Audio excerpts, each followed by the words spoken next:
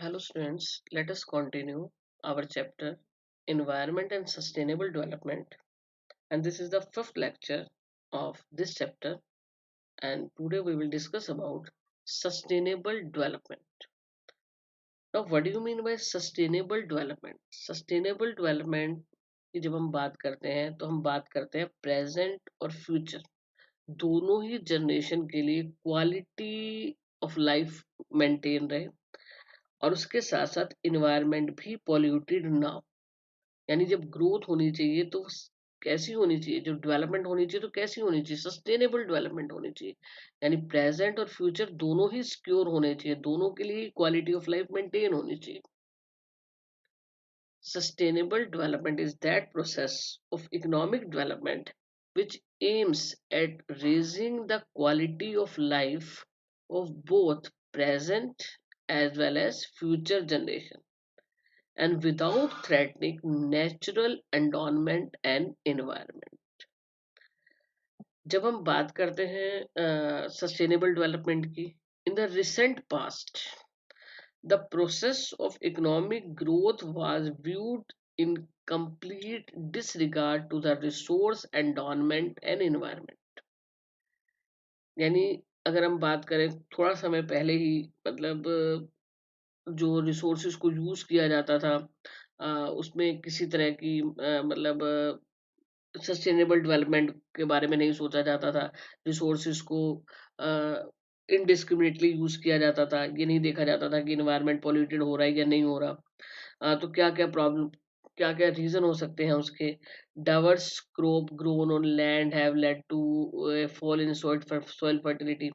जब हम कहें कि अलग अलग तरह की बहुत सारी क्रॉप्स का प्रोडक्शन जब होता है एक ही पीस ऑफ लैंड के ऊपर, यानी मल्टीपल क्रॉपिंग होती है, तो उससे क्या होता है, लैंड जो होती है वो, उसकी सोइल फर्टिलिटी क्या हो जाती है, रिड्यूस हो जाती है। या फिर हम कहें excessive mining of iron coal gold, यानी ज्यादा से ज्यादा माइनिंग करना, ज्यादा ज्यादा माइंस खोदना, उससे भी क्या हो जाती है, लैंड जो होती है वो डिग्रेड हो जाती है, सोइल की फर्टिलिटी रिड्यूस हो जाती है और सस्टेनेबल डेवलपमेंट को क्या होता है, थ्रेट होता है। नेक्स्ट अगर हम बात करें smoke and other injurious emission from factories and transport vehicles has led to pollution of environment. तो फैक्ट्री से निकलने वाला स्मोक या हमारे व्हीकल से निकलने वाला स्मोक भी हमारे एनवायरनमेंट को क्या कर देता है, पॉल्यूटेड कर देता है। और इन सब चीजों से सस्टेनेबल डेवलपमेंट को एक थ्रेट होता है। Briefly, the competitive process of growth and development has led to environmental degradation and environmental pollution to an alarming extent. यानी हम ये कहें कि जो ग्रोथ हो रही है, जो डेवलपमेंट प्रोसेस हो रही है, उसकी वजह से environmental degradation and environmental pollution जो है वो एक अलार्मिंग सिचुएशन के अंदर है। It is only recently that environmental degradation and environmental pollution have been recognized as an emerging challenge to the quality of life. ये चीजें बहुत पहले रिकॉग्नाइज नहीं की गई, रिसेंटली इन चीजों को रिकॉग्नाइज किया गया कि ये चीजें हमारे लिए क्या, लाइफ के लिए क्या है, थ्रेटनिंग है। जो इन्वायरमेंटल डिग्रेडेशन है, इन्वायरमेंटल पॉल्यूशन है, ये एक हमारे सामने एक एमर्जिंग चैलेंज है। And the concept of sustainable development is now being understood and widely propagated. इसे अब समझा भी जा रहा है, इसको इससे रिलेटेड प्रचार भी किया जा रहा है, लोगों को अवेयर भी किया जा रहा है। And what the planners and the politicians are now seeking is not merely growth. तो जो हमारे प्लानर्स हैं, हमारे पॉलिटिशियंस हैं, अब उनका एम जस्ट ग्रोथ नहीं है कि सिर्फ ग्रोथ होनी चाहिए, बट ग्रोथ होनी चाहिए कैसी, but the growth that sustain the quality of life over a much longer period of time. यानी ग्रोथ के साथ साथ क्वालिटी ऑफ लाइफ भी मेंटेन हो, और वो सिर्फ प्रेजेंट के लिए नहीं, साथ साथ फ्यूचर के लिए भी क्वालिटी ऑफ लाइफ मेंटेन हो, यानी लॉन्गर पीरियड ऑफ टाइम के लिए क्वालिटी ऑफ लाइफ मेंटेन होना चाहिए। And this requires rational utilization of the resources rather than the fuller utilization of the resources। और इसके लिए जरूरत है कि रिसोर्सेज को रैशनली यूज किया जाए, समझदारी वाले तरीके से, बड़े सोच समझ के यूज किया जाए, ना कि fuller utilisation of the resources हो। इसी में हमारे पास आ जाता है फीचर्स ऑफ सस्टेनेबल डेवलपमेंट। अब सस्टेनेबल डेवलपमेंट की अगर हम बात कर रहे हैं, first of all sustain rise in real per capita income and economic welfare. there should be a sustained rise in real per capita income.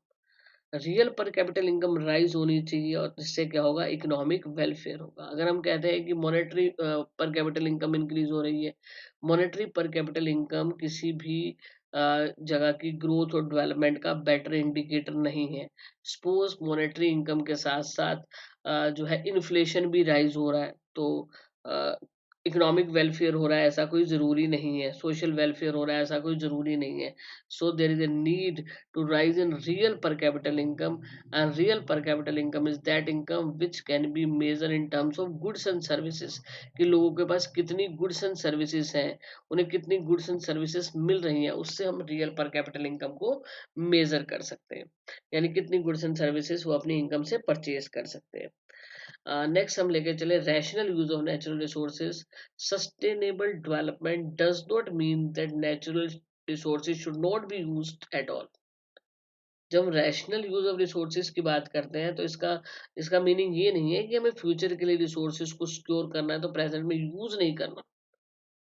It simply means that the natural resources be rationally used in a manner such that they are not excessively exploited। Resources को ऐसे use करना है कि वो ज्यादा utilise ना हो, over utilise ना हो, उनका एक्सप्लॉइटेशन ना हो।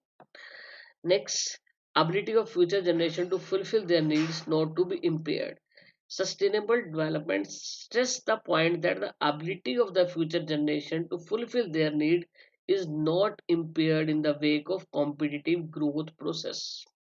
यानी हम आज की ग्रोथ प्रोसेस में इन्वॉल्व हो जाते हैं, हम ज्यादा इंडस्ट्रीज लगा रहे हैं, तो उससे ऐसा ना हो कि फ्यूचर के लिए रिसोर्सेज की कमी हो जाए। For example, if non-renewable resources of energy like oil, petrol are irrationally used to increase present production, it would only be at the cost of lesser resources endowment for the future generation। तो क्या होगा कि अगर आज के time में ज़्यादा से ज़्यादा हम लोग ऑयल है, पेट्रोलियम है, दूसरे जितने भी नॉन रिन्यूएबल रिसोर्सेज हैं उनको यूटिलाइज करेंगे, तो आने वाली जनरेशन के पास इन रिसोर्सेज की क्या हो जाएगी, कमी हो जाएगी। And such a development process is not sustainable over a long period of time। तो सस्टेनेबल डेवलपमेंट लंबे टाइम तक, लॉन्ग पीरियड ऑफ टाइम तक नहीं चल पाएगी। And next, check on pollution. Sustainable development discards or does not approve of those activities which induce environmental pollution। तो sustainable development का meaning क्या है कि हमें पॉल्यूशन को कंट्रोल करना है। मतलब सस्टेनेबल डेवलपमेंट का मीनिंग उन एक्टिविटीज को कंट्रोल करना है, ग्रोथ की उन एक्टिविटीज को कंट्रोल करना है जिनकी वजह से क्या होता है, इन्वायरमेंट पॉल्यूटेड होता है। Environment pollution is to be viewed as an element of social cost. जब इन्वायरमेंट पॉल्यूटेड होता है तो उसका इफेक्ट सभी लोगों के ऊपर होता है, it is a social coast.